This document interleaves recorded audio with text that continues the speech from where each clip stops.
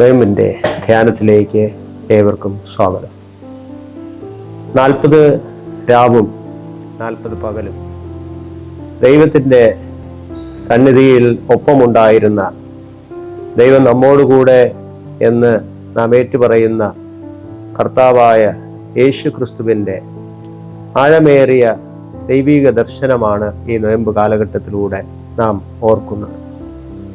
40 ദിവസം നീണ്ടു നിൽക്കുന്ന ഈ നോയമ്പ് കാലഘട്ടം വ്യത്യസ്ത സഭാവിഭാഗങ്ങൾ വ്യത്യസ്ത ദിനങ്ങൾ ഇതിനു വേണ്ടി ഉപയോഗിക്കാറുണ്ട്.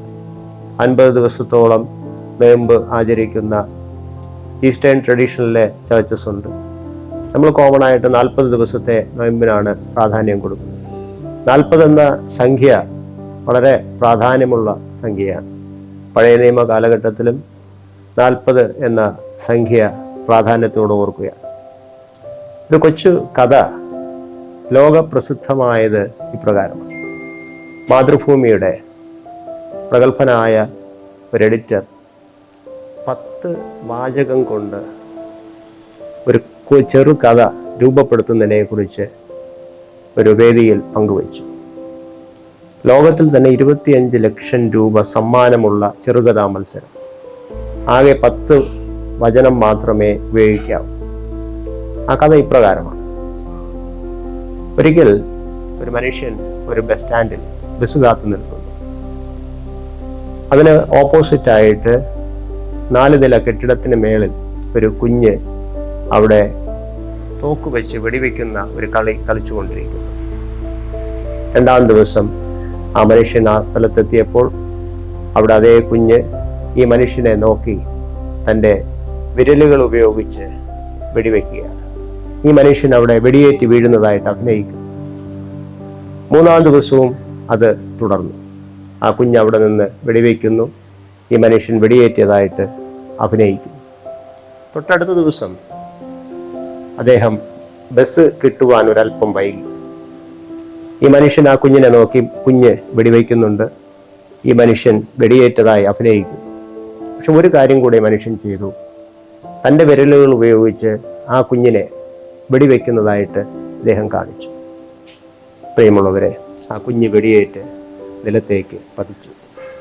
രക്തത്തിൽ കുളിച്ചു കിടന്ന ആ കുഞ്ഞിൻ്റെ അടുക്കലേക്ക് ഈ മനുഷ്യനെത്തി. അവിടെ ഉയർന്നു വന്ന ഒരു ശബ്ദമുണ്ട്.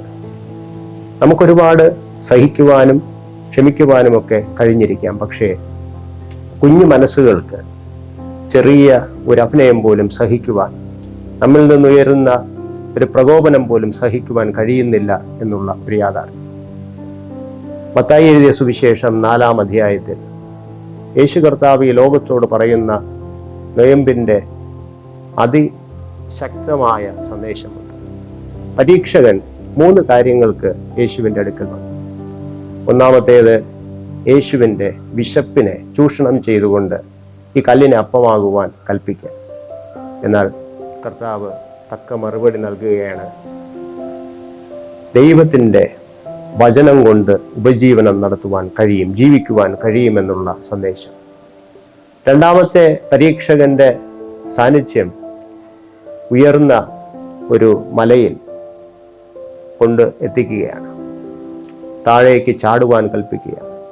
എന്നാൽ പ്രിയമുള്ളവർ, യേശു കർത്താവ് പറഞ്ഞത്, നിന്റെ ദൈവമായ കർത്താവിനെ പരീക്ഷിക്കരുത് എന്ന സന്ദേശം. 3-ാമത്തെ പരീക്ഷ മറ്റൊന്നുമായിരുന്നില്ല, എന്നെ നമസ്കരിക്കുക. എല്ലാം കാണിച്ചു കൊടുത്തിട്ട് പറയുകയാണ്, എന്നെ നമസ്കരിച്ചാൽ ഞാനിതെല്ലാം നൽകും.